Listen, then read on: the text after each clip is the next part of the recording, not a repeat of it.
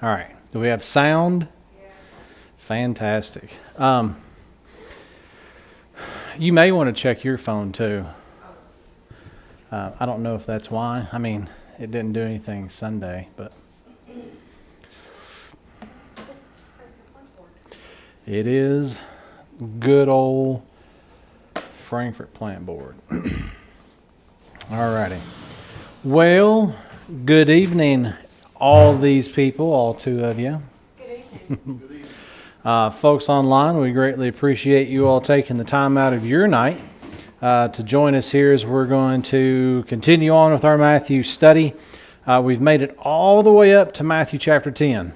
And the funny thing is, Delilah and I talked about this. It'll take us a while to get all the way through Matthew. This is episode, if you want to put it episode, but this is study 100 in the Matthew series, and we're starting off in Matthew chapter 10.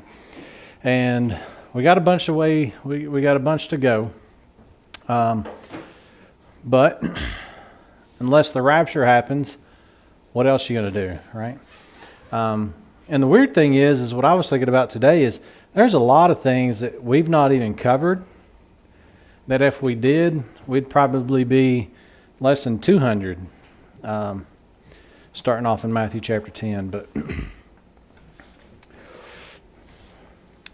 But we'll go as long or as short as we need.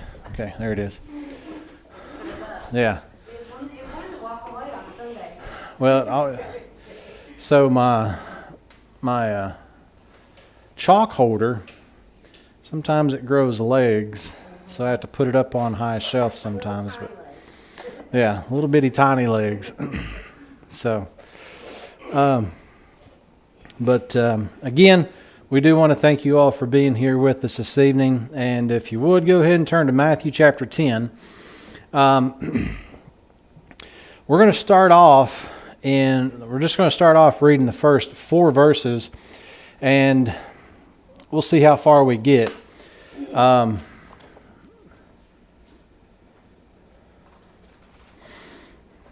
We'll see how far we get tonight, and then we'll kind of go from there. So, Matthew chapter 10, verses 1 through 4, we'll get going with that. We'll read that, and then we'll get going. And again, thank you for taking time out of your day, whether it is currently right now, if you're watching live, or if you watch it back a little bit later on. We do greatly appreciate you taking the time to do that. Matthew chapter 10, verses 1 through 4. We'll go ahead and get started there. Well, let's start off. We'll read through verse 5, and then we'll get going. So Matthew chapter 10, verse 1. And when he had called unto him his 12 disciples, he gave them power against unclean spirits to cast them out and to heal all manner of sickness and all manner of disease. Now the names of the 12 apostles are these: the first, Simon, who is called Peter, and Andrew his brother, James the son of Zebedee, and John his brother, Philip and Bartholomew, Thomas and Matthew the publican, James the son of Alphaeus, and Lebbaeus, whose surname is Thaddeus, Simon the Canaanite, and Judas Iscariot, who also betrayed him. These 12 Jesus sent forth and commanded them, saying, Go not into the way of the Gentiles, and into any city of the Samaritans enter ye not. Father, we thank you for the opportunity to study your word. It's been preserved throughout the years and ages that we can have it, we can handle it, we can study it. We can take those things that we find there, apply them in our life, that we might be to the praise and honor and glory of your grace. And as we come to these passages, our goal is to find out exactly what's going on here so that we can come to a greater knowledge and appreciation of the verses that aren't written specifically to us or about us, but we, through patience to come to the Scriptures, might have hope. That when we read the things you've promised to the nation of Israel, we know that they will come to pass. And when we see that, we know that the promises that you've made unto us shall also come to pass, because you are faithful to your word. And we thank you for this day. We thank you for your word. And we thank you most of all for Jesus Christ. And it's in his name we pray. Amen. Anybody else warm? Because, I know. I know. It's not. Okay. No, it's fine. It's fine. It's fine. No. I'm good. No, I'm good. A little bit. Whew. All right. It might be that the little hot barbecue sauce. It might be that barbecue sauce. I don't know. It's pretty warm. All right. Matthew chapter 10. One of the things that we mentioned last time, if you remember that we were going back through and at the end of chapter 9, what we see is there's some issue that comes up that Christ actually deals with specifically, not just specifically with the nation of Israel, but really with the rulers of the nation of Israel.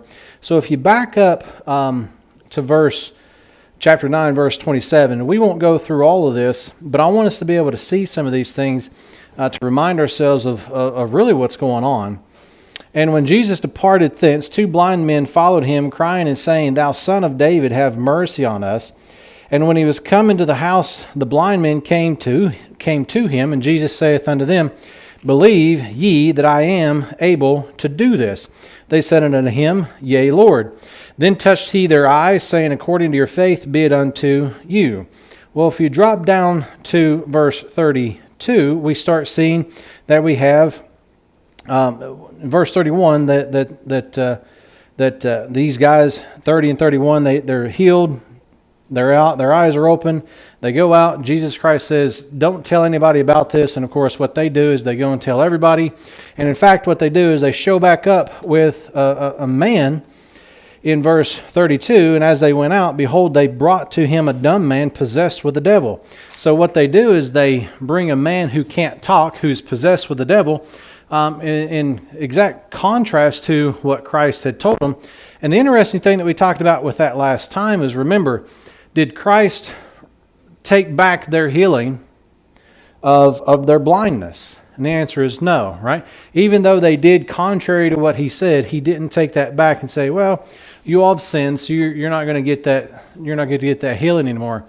And you think about that, a lot of times in the health, wealth, and all that stuff teaching, the issue is, well, you're not getting it because you've got some secret sin. Well, that's not a secret sin. It was actually written down in the Bible that they went and did the exact opposite of what Christ told them to do. Now, as we go down through here, notice in verse 34, says, But the Pharisees said, He casteth out devils through the prince of the devils. Now, we should probably remind ourselves of where Christ talks about where he does this again, and he's casting out devils, and they say, well, he's doing this by the power of Beelzebub. And he says, well, is Satan going to cast out Satan? Right? A kingdom divided amongst itself is not going to stand. And so that's where the motto really for the state of Kentucky comes from. You know, united we stand, divided we fall. So the issue there is he's saying, well, I'm casting out these devils not by the prince of the devils, Satan, but I'm doing this in the power of God. And so you've got this religious group, and we talked about this the last time. Remember, we've got the nation of Israel, and part of the religious folks that we have here are those Pharisees, right? And what Christ has done is he's pulled people out into a new group that he calls a little bit later on the little flock, right? And we've talked about how we've gone through and done this. So there's people that are here, part of that apostate nation of Israel, that believe that he is who he says he is, and he's going around doing these things. Notice in verse 35, And Jesus went about all the cities and villages, teaching in their synagogues and preaching the gospel of the kingdom. All right, so what gospel, when Christ goes out here to these folks, what gospel is it that he's preaching? Is the preaching that kingdom gospel, right? And what goes along with that, if you look, and preaching the gospel of the kingdom, and what? Healing every sickness and every disease among the people. So part of that kingdom gospel that he's going out here to apostate Israel to do and to preach, part of that is what? Well, you've got healing and casting out devils. And so we see that stuff all the time as we go down through here. And it seems to get worse and worse as time goes by, the closer that you get to the cross. And we can kind of see those things as we go along. Now, one of the things that we pointed out the last time is, notice what happens. Verse 35, Jesus Christ goes and preaches the gospel of the kingdom. He's healing every sickness and every disease.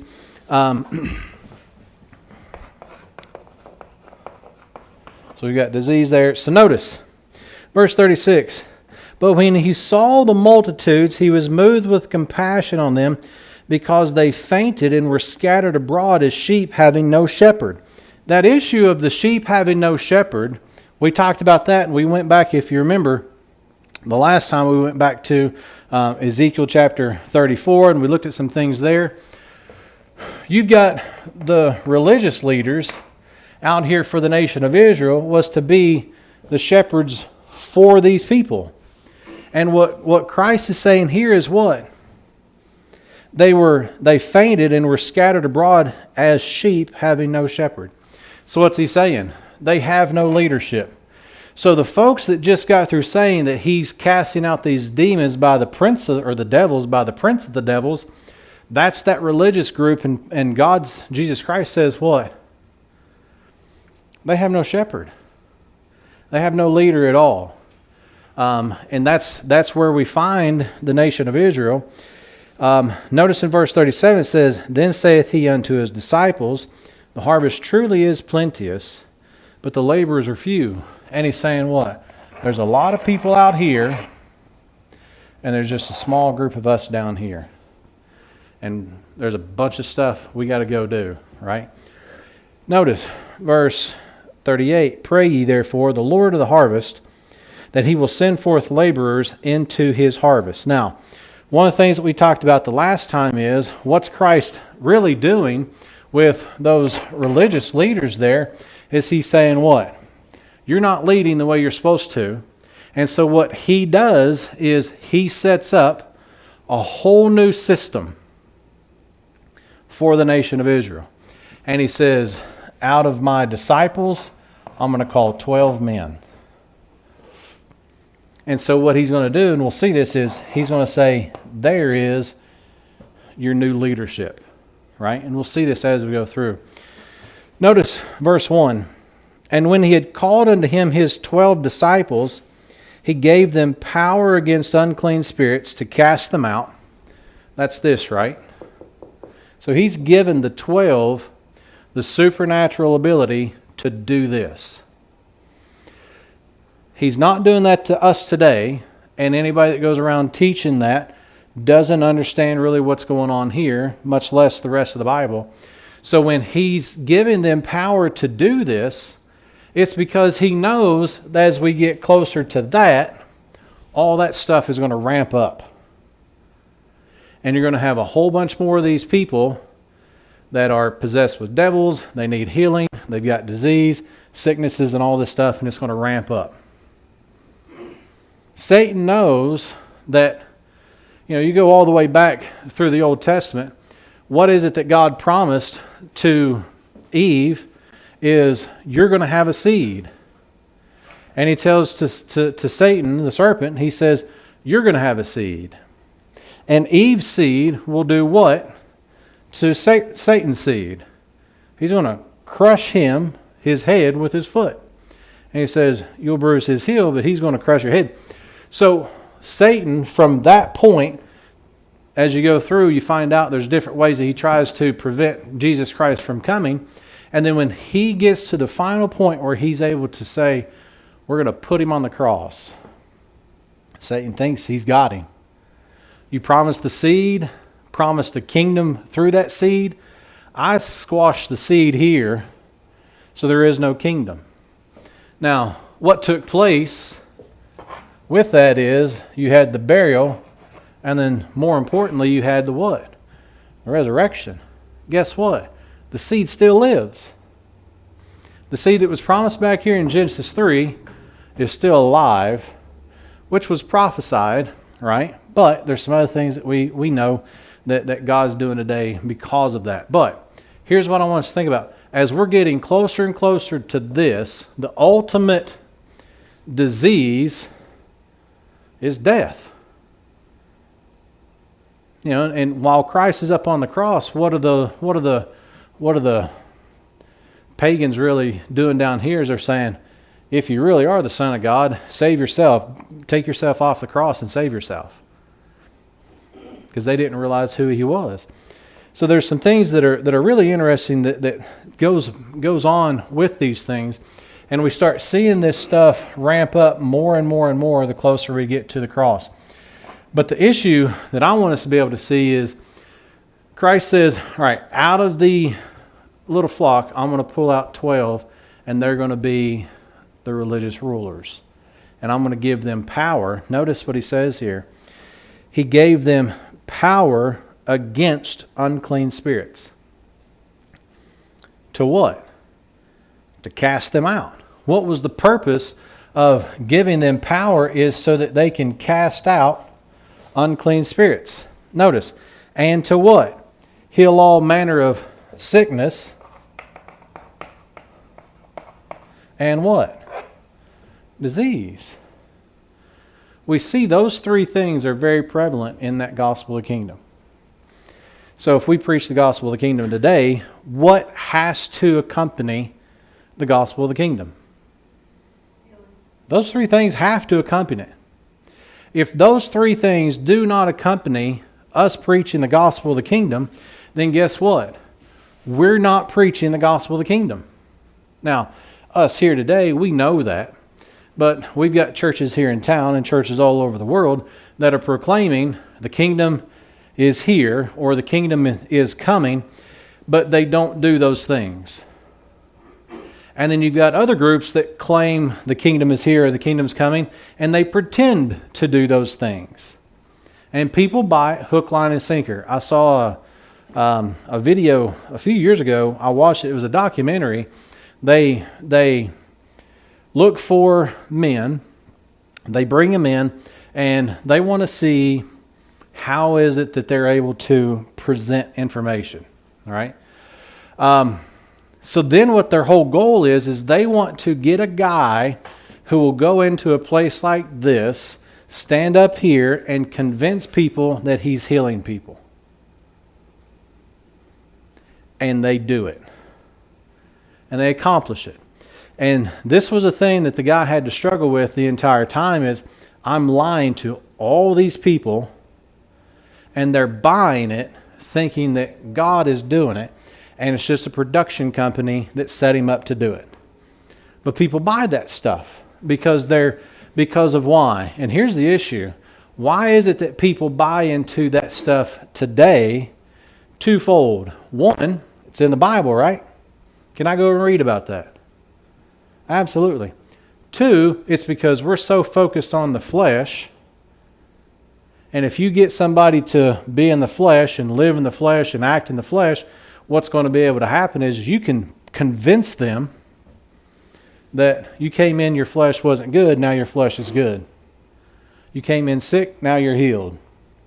Might be for a few minutes, but that's all they need. And the person says, I'm healed, they believe, and everybody else in the group believes too. So that's what these people did is they went around and they showed you, this is how we do it. They get the little cards from the people. They fill out their name, information, what's ailing them, and they put an earpiece in the guy's ear, and they would say, "So-and-so's here. This is what they're sick of, or what's ailing them." And the guy said, he'll play it up. There's somebody here by the name of John, and he's got his left foot's hurting him, and John stands up. But they're making it look like that he's receiving this information from God, but he's really receiving it from somebody in another room that's got the card with all the information on it. There's a guy years ago, Peter Popoff. By the way, he's back on TV now. In the 80s or 90s, I think it was, they found out that his wife was the one speaking to him in his ear. They found the frequency that they were using, picked up the frequency and recorded her telling him, and then him pretending like he was receiving this information from God. I don't know any of y'all, but John, you've got a left foot. John, where are you? John, oh, there's John. He's got a left foot. Come on up and we'll heal you. And they'll do it. And they'll make it look like it's real. One of the things they did is they had a guy on the street whose legs were not the same length. And, he's doing his little shoe and brings the shoe out to where it's the same length as the other foot. But they're just moving the guy's shoe. They're not making his legs longer or straighten it out or whatever. But people look at that and they'll say, there's proof, I can see it, because they're living in the flesh, and that's why they fall for those things. But the bad thing is that stuff actually happened back here.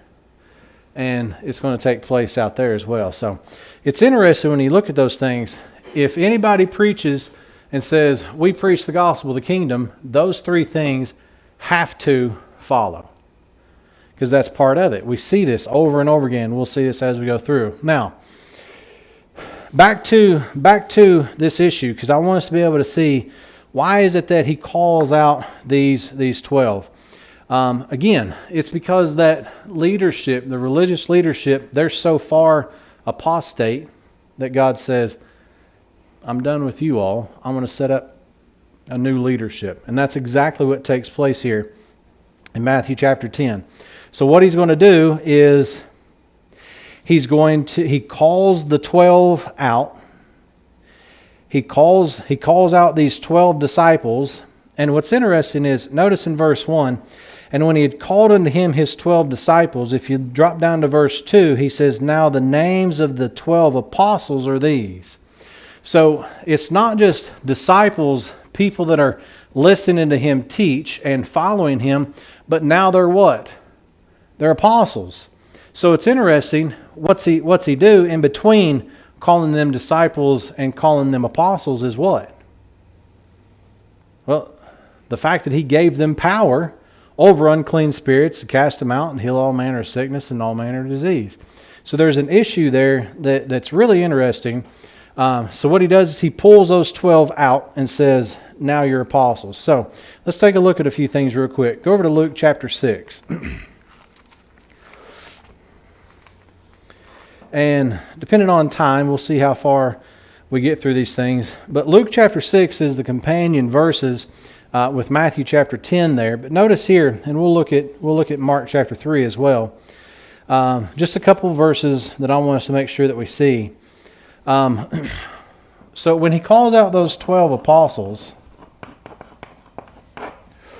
what's it mean for them to be an apostle? Notice, Luke chapter 6, verse 13. Notice, and when it was day, he called unto him his disciples, and of them he chose 12, whom also he named apostles, and then he goes through and names them.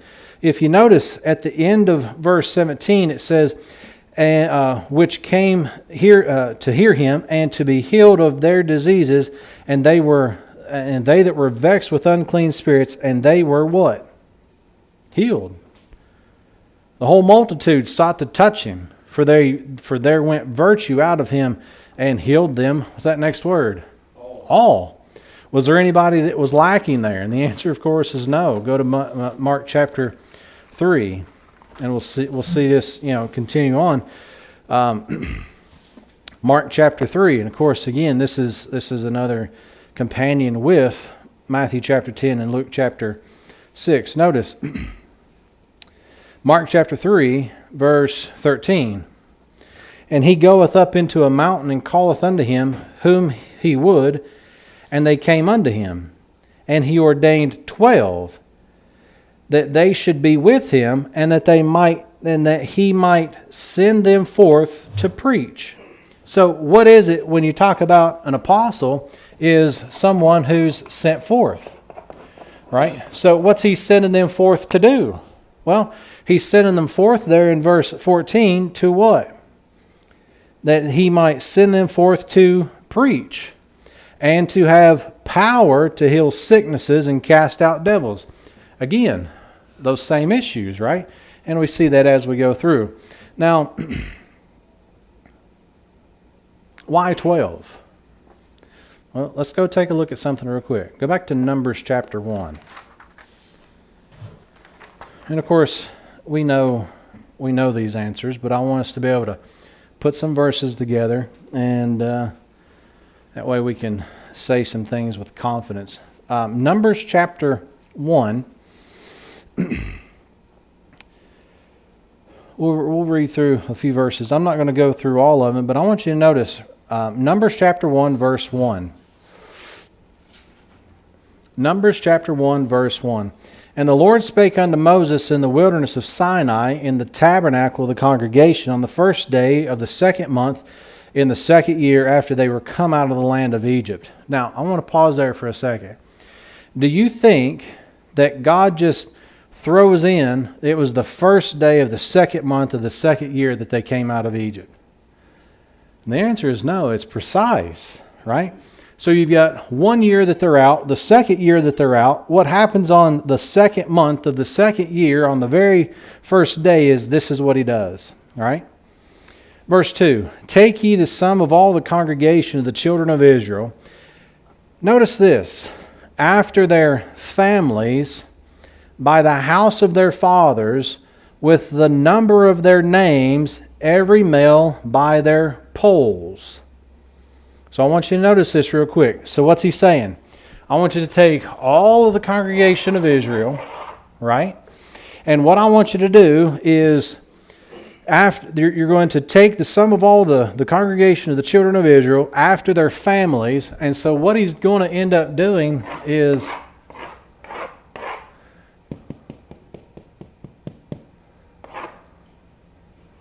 something like that. All right, so I had to make sure I got 12 up there.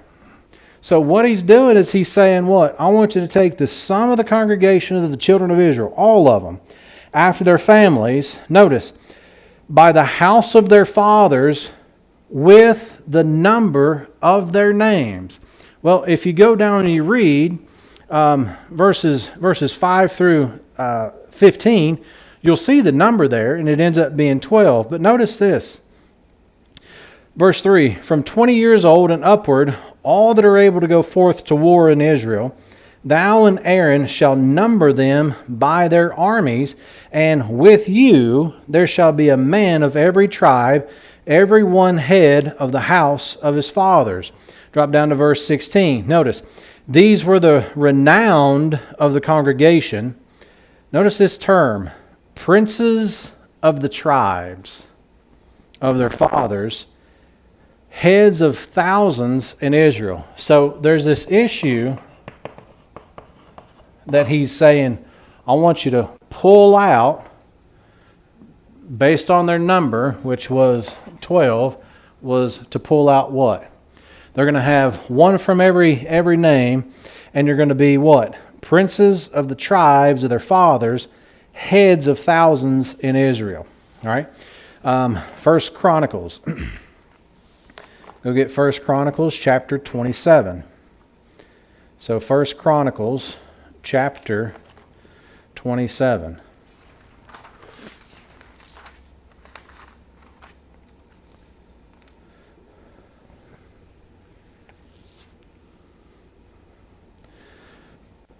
First Chronicles chapter 27. I want you to notice this real quick, and we won't go through all these, but I want you to be able to, again, I want you to be able to find these verses. 1 Chronicles, my bad. 1 Chronicles, chapter 27. Notice in verse 1. Now the children of Israel, after their number, to wit, the chief fathers and captains of thousands and hundreds, and their officers that served the king in any manner of the courses which came in and went out month by month throughout all the months of the year, of every course were 20 and 4,000. Over the first course for the first month, notice, drop down to verse 14, or verse 15. The 12th captain of the 12th month was Healeth. So what do we notice there?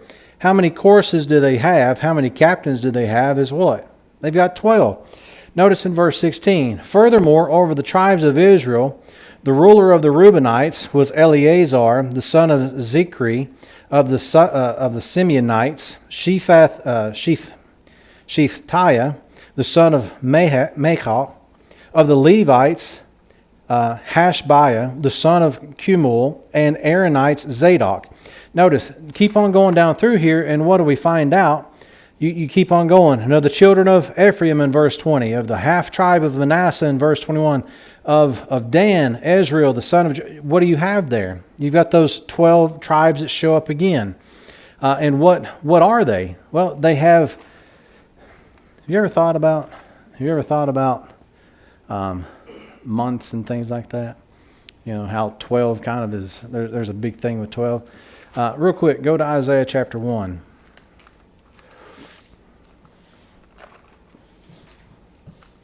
Isaiah chapter 1. And we'll look at a couple other things here real quick, because I want us to be able to see some of these things and put it together, hopefully. Isaiah chapter 1.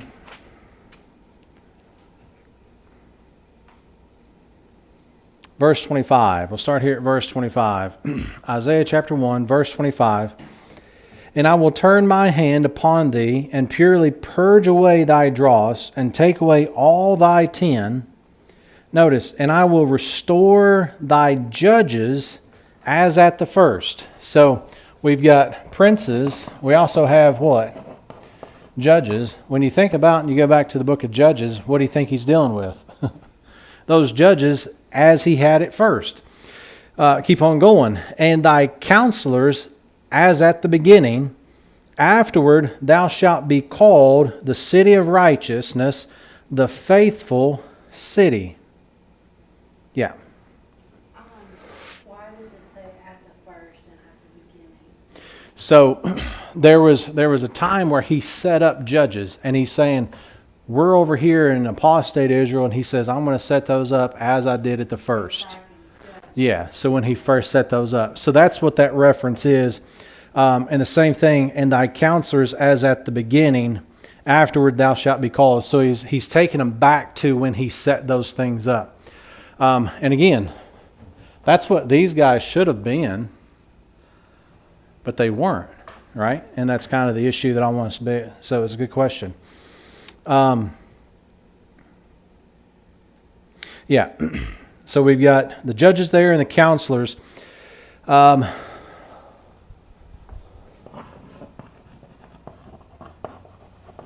right. So princes and judges and counselors. Chapter 32, Isaiah chapter 32.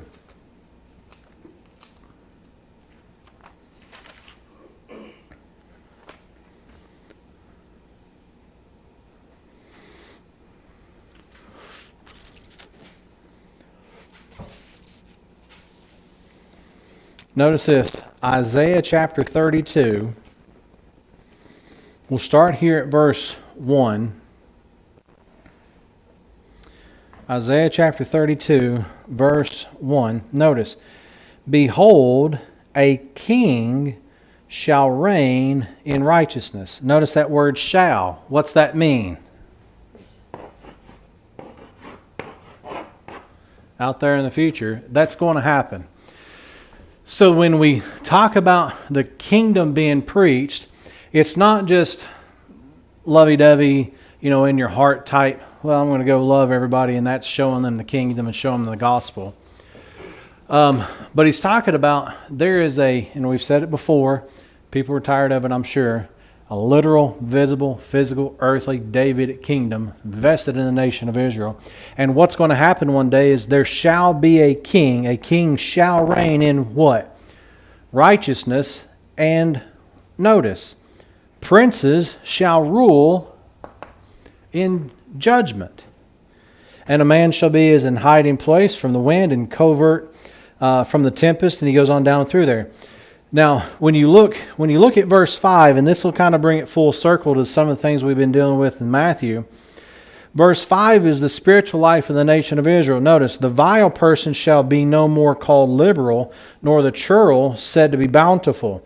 When you drop down to verse 11, what's going to happen is they're going to take away that idolatrous religion. Notice, tremble ye women that are at ease, be troubled ye careless ones, strip you and make you bare, and gird sackcloth upon your loins. Drop down to verse 15, and we see this. We see this stuff over and over again. But verse 15, until the Spirit be poured upon us from on high, and the wilderness be fruitful field. Well, when is it that the Spirit is poured out upon them? Well, that's over there in Acts chapter 2, right? So notice verse 16, then judgment shall dwell in the wilderness. So shortly after the Holy Spirit was to come, what was to take place was that 70th week of Daniel, that tribulation period there. Then in verse 17, notice, and the work of righteousness shall be peace, and the effect of righteousness, quietness, and assurance, for how long? Forever. So what's going to happen is he's talking there about there's going to be a time where you have this religious apostasy. It shows up here during Christ's earthly ministry. And what's going to happen is he's going to end up taking that away, but he's going to send his Spirit down. They're going to go through the tribulation period, and then they're going to go right on into that kingdom. That, according to this, you see that same timeline, right? Same timeline we see back in Daniel. We see the same kind of things. What's he doing? He's saying, I'm going to take those folks and I'm going to replace them over there. Notice real quick. Go over to Matthew chapter 19. Matthew chapter 19.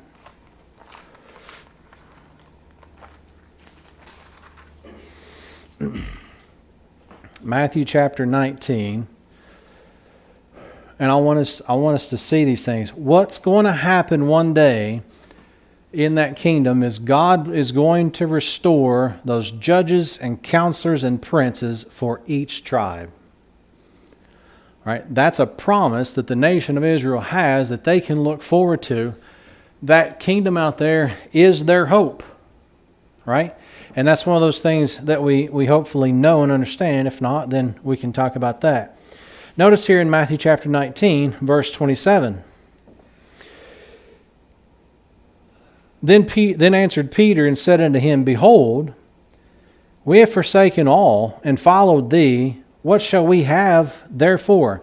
So of course you got to think. This is over in Matthew chapter 10 or 19. So over here in chapter 10, Christ calls out the 12. We're over here in Matthew chapter 19 over here. And Peter says what? We've given up everything just as we were told. What are we getting out of this? So one thing is that a good question? It is. It's kind of a bold question, but it's a good question. Notice, he says, Behold, we have forsaken all and followed thee. What have we therefore? Verse 28, And Jesus said unto them, Verily I say unto you, that ye which have followed me in the regeneration, when the Son of Man shall sit in the throne of his glory. Well, when is that going to be? Over there, right? Notice.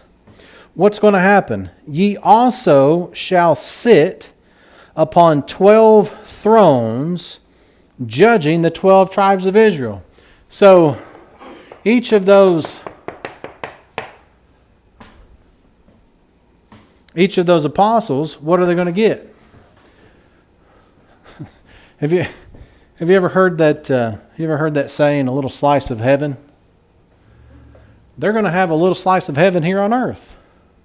They're going to have their own place where they're going to sit on thrones in their own cities, and they're going to judge the 12 tribes of Israel.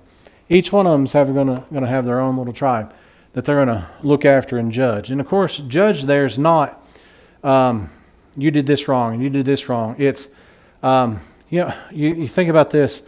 Delilah, Bruce, trash needs to be taken out. Somebody needs to take care of it. Let's go do it. Right? That's the idea. It's not, you didn't go do that, so I'm going to beat you down. It's delegating. There's things to do out there in the kingdom on earth and the kingdom in heaven, And God's designed a group of people on the nation of earth, or nation of Israel to do that here on earth, and He's designed a group of people, the body of Christ, to do it in the heavens, to do what? Delegate. We got to get this done. Let's go do it. You know, we're going to go do this. Let's go do it. And it's all going to be for the glory of God. But that's that issue of them judging the 12 tribes of Israel. It's not, you know, you did this wrong, so I'm going to sentence you. That's not what that is at all, right? Notice, when the Son of Man shall sit in the throne of His glory, ye also shall sit upon 12 thrones, judging the 12 tribes of Israel, and every one that hath forsaken houses, or brethren, or sisters, or father, or mother, or wife, or children, or lands, for my sake shall receive 100-fold, and shall inherit what? Everlasting life. That's that over there. They have everlasting life in that kingdom. Now, what's interesting is, you go and preach that verse today, and I know people that have. I know people in this town that preach, you have to forsake your mom and dad to be all in for Jesus. And they've created bigger problems in the families than a family could have ever created on their own. But here's the thing. At that particular time, was that something that people were to do? Absolutely. Is that verse 29 something that we have as a promise to gain everlasting life, to inherit everlasting life, to inherit 100-fold? Are we today to forsake our houses and forsake our brethren and forsake our sisters and father and mother and wife and children? The answer is no. That verse right there is not talking about us. He's talking to a group of people here who's connected to those 12 tribes that we looked at previously, and He's going to set up a kingdom here with those 12 tribes, and those guys are going to rule over them because they've done those things. And in verse 30, but many that are first shall be last, and the last shall be first. Now, you know, it's one of those things that's always kind of a tricky passage, because people use that and say, you know, if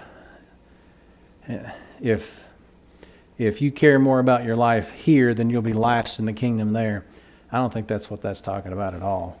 But I'm not going to get into that because that's not part of what we're doing here. But what I want us to be able to see is what's going to happen is Jesus Christ is calling out a completely new leadership for the nation of Israel. He calls out of His disciples, 12 of His disciples, names them and calls them as apostles, those who are sent forth to be able to do something, specifically to preach the gospel of the kingdom. And He gives them power to do what? Heal sickness, cast out devils, and heal diseases. That was part of what they were doing. And what's interesting is they were completely and totally equipped to accomplish that work that they were called to do. Why? Because He gave unto them the power of the Holy Spirit to do what? He gave them the power to do those things. Now, we can take that and we can say, are we completely and totally equipped to do our job today? And the answer, of course, is yes. Now, how are we empowered to do that? Well, it's not because He's declared it, but because in the Scriptures it does give us that, right? Now, what I want to be able to do in the last little bit here, go back to Matthew chapter 4. And I just want to look at some things to remind ourselves of some stuff, and we'll take a look at some verses here. And then we'll finish up.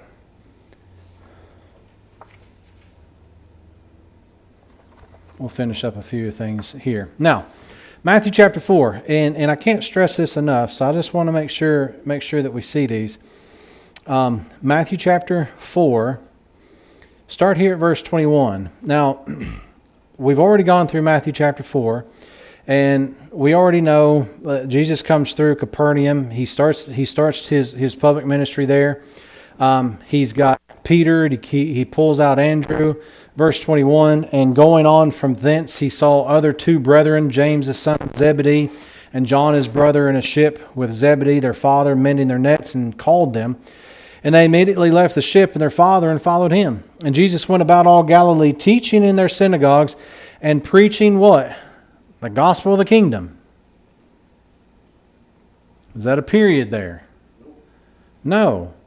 What has to be a part of that preaching of the gospel of the kingdom and healing all manner of sickness and all manner of disease among the people?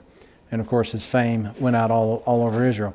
Go over to Matthew chapter 9. Again, these are things that we should know and keep in our mind as we're going through these. Matthew chapter 9. We looked at this one a little bit earlier. Matthew chapter 9, verse 35. And Jesus went about all the cities and villages, teaching their synagogues and preaching the gospel of the kingdom, and healing every sickness and every disease among the people. And I said this before, and again I want to stress this, if you claim to preach this, all that stuff has to be with it. Has to be. If we're preaching the gospel of the kingdom, COVID would have been gone years ago. Right? You know, the idea that everybody says, well, if you really believe in that stuff, go clean out a hospital, and they'll say, well, we can't really do that. How many times did Christ go through and heal people and they were healed instantly? There was one guy we looked at, if you remember, that he was healed by the faith of the ones that brought him. Right? So then when you do that, we cannot allow people to separate those two things, and they do it all the time. Right? We're here at Matthew chapter 9. Flip over to Matthew chapter 10 right here.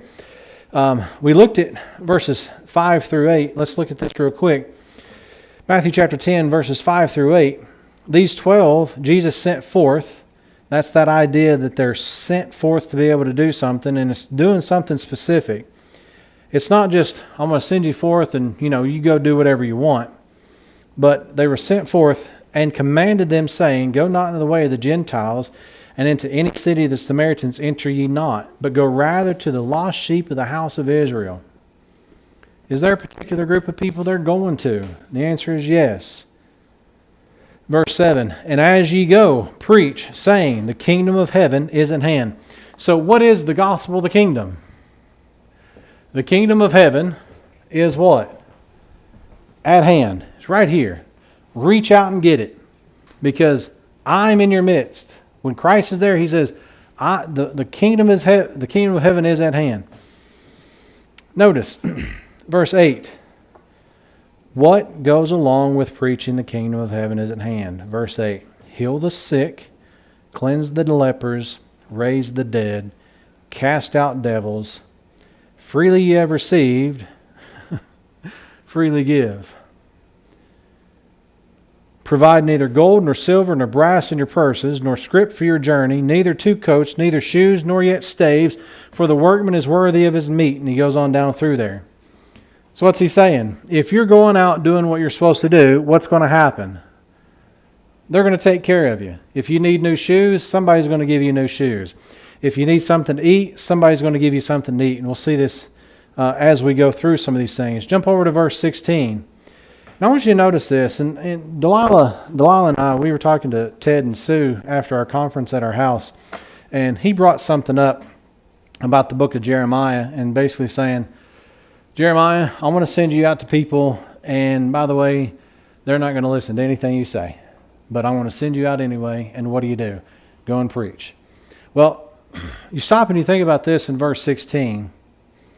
Notice, Christ kind of tells him the same thing. Notice in verse 17, but beware of men, for they will deliver you up to the councils, and they will scourge you in their synagogues, and ye shall be brought before governors and kings for my sake, for a testimony against them and the Gentiles.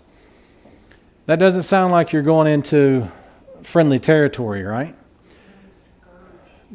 You're going to be scourged in the synagogue. You're going to be brought before governors. Notice in verse 19, but when they deliver you up, Here's the really interesting, it's beautiful really. But when they deliver you up, notice, take no thought how or what ye shall speak. So normally, if somebody gets in trouble, what do? You go sit outside the principal's office and you got to think, okay, I got to come up with my story. What can I tell them to allow them to actually be lenient on me? Well, it wasn't my fault. Somebody else threw something first, and then, we kind of went from there. Same thing with mom and dad, right? If you do something, all right, I got to get my story straight. Brother, sister, if you're involved, let's get our story straight so we can minimize this. But that's not what they're doing. Notice he says, take no thought how or what ye shall speak. Why? For it shall be given you in that same hour what ye shall speak. Why? They have power to do some things. There's something specifically going on with these guys that allows them to what? Speak. Notice in verse 20, for it is not ye that speak, but the Spirit of your Father which speaketh in you. Now, when you start talking about inspiration, that right there is some inspiration. What are they doing? When those 12 go out and they're going to preach this kingdom and they're going to do all this stuff and people are going to stand before them and accuse them of things, he says, don't think about what you're going to say or how you're going to say it. The Spirit of the Father is going to speak in you. Now, I've watched TV programs, and Delilah and I have talked about this before. I watched a TV program. It was a half-hour program, and it was an older gentleman, and he stood up at the pulpit, and he was just pacing back and forth and saying, Lord, I'm waiting on you to tell me what to say, and I'll just walk back and forth here until you tell me what to say. And he spent 20 minutes of a 30-minute TV program that, by the way, is not cheap, because I looked up the prices and I contacted them about the prices. The prices for their TV program in Lexington is astronomical. And I'm thinking, these guys can not only afford this 30-minute time slot, but they're okay with their pastor taking 20 minutes of a 30-minute time slot that cost a lot of money to just say, Lord, I'm waiting on you to tell me what to say. I want to be your mouthpiece. I want to be the mouthpiece of the Lord, and I know that you're going to speak through me and he claims this verse right here. Because I know the Spirit of the Father is going to speak in me. He's the one that's going to speak. So, Father, I just pray that you're going to speak through me and tell the words of the people that they want me to tell and all that stuff. And I'm sitting there thinking, I know. And I'm sitting here thinking, man, you give me that time slot, I'll pay you double if you give me that time slot, because I can do a lot more with that 30 minutes than you can. And it's an older guy, and this is probably what he's done his entire life. And of course, everybody in the crowd there, you can hear him is, amen, speak, brother. God speak through him. And I'm just thinking, if they've got that much money to waste on that time, it's a bad thing. But I digress. Real quick, go back to Exodus 15. We'll stop here.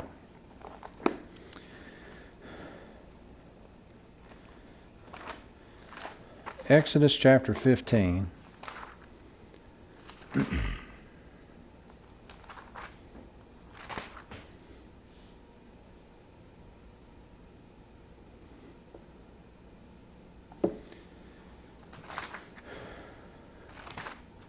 Exodus chapter 15. Let's look here at verse 26. Why is healing part of this? And I want you to notice something else with this. Exodus chapter 15, verse 26.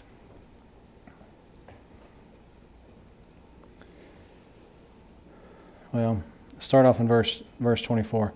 And the people murmured against Moses, saying, What shall we drink? And he cried unto the Lord, and the Lord showed him a tree, which when he had cast into the waters were made sweet. There he made for them a statute and an ordinance, and there he proved them, and said, notice, what's that very next word? If, right? What does that mean? If you do this, then you're going to get something. That's a condition, right? Notice this. If thou wilt diligently hearken to the voice of the Lord thy God, and wilt do that which is right in his sight, and wilt give ear to his commandments, and keep all his statutes. Now I want you to notice, there are 4 different conditions put on this. They have to what? Diligently hearken to the voice of the Lord, do that which is right, give ear to his commandments, and keep all his statutes. There are 4 different conditions that God places on this. But notice, what do they get if they do those 4 things? I will put none of these diseases upon thee, which I have brought upon the Egyptians, for I am the Lord that healeth thee. So, you notice that word Lord there? Who is that when he's talking about the Lord there? He's talking about Jehovah. Now here's the interesting part. When Christ shows up and he's doing this stuff, who is he telling the nation of Israel that he is? God with us, right? Emmanuel, God with us. And he's doing these things, and we've gone through and looked at all this stuff before. But I want you to notice that their healing there is conditional. He says, if you do these 4 things, I'm not going to put disease on you. Well then, do they have to keep, if they keep 3 of them but they don't keep the 4th, do they get the diseases held back? The answer is no. You have to meet all 4 of these. And what do we find out? They didn't do any of them. But it's interesting, when you think about a condition, there's if you have a conditional statement, for instance, like if today is Wednesday, then tomorrow is what? Thursday. Well, what's the condition? Today has to be Wednesday. Could I have said that yesterday and that be a true statement? No, because the condition is not met, right? Well, if I add a second condition, if it's Wednesday and it's sunny today, then tomorrow is Thursday, right? So, is today Wednesday? Was it sunny today? Yeah. So then, since those 2 things are met, then that other one met. That conclusion follows. If I said that yesterday, was it sunny yesterday? Yeah. But was it Wednesday yesterday? No. So then, is that following that conclusion true? And the answer, of course, is no. Now, that gets into a whole lot of logic stuff, but here's the thing I want us to be able to see. There are 4 conditions that God lays on this and says, if you fulfill these 4 conditions, I'm not going to lay any of these diseases upon you. Okay? So then, when we think about these issues with this healing, there is a condition to that stuff, and that's one of those things that I want us to be able to keep in the back of our minds as we move forward. You can go back to Exodus chapter 4 when we talked about those. You remember when we did the I Saw a Sign, No You Didn't series? And we talked about, Exodus chapter 4 and all those things that were going on back there. You can go back and check those things out and see exactly what's going on. And so we kind of remember those things that Moses dealt with the nation of Israel with back in Exodus chapter 4. All right? So it's a couple minutes past 8. So, questions, comments, concerns?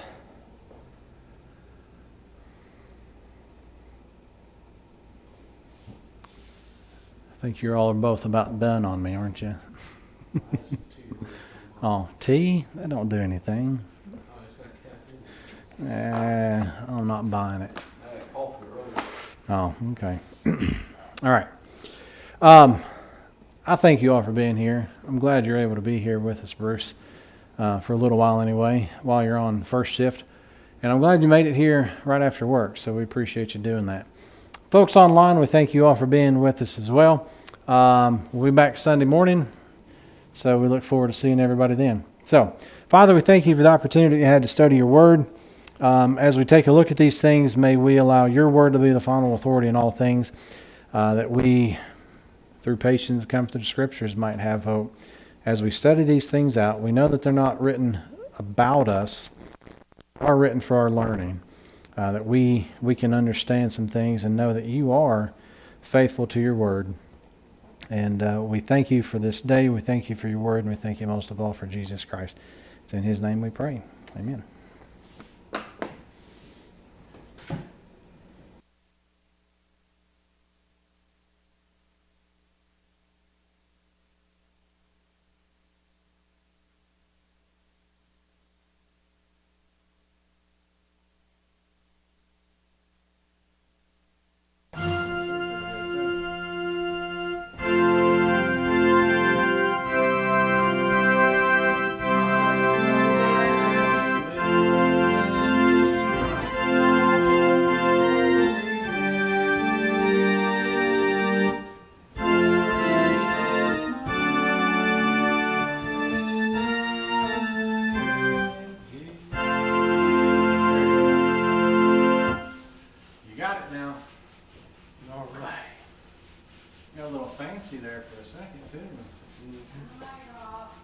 Turn the mic off.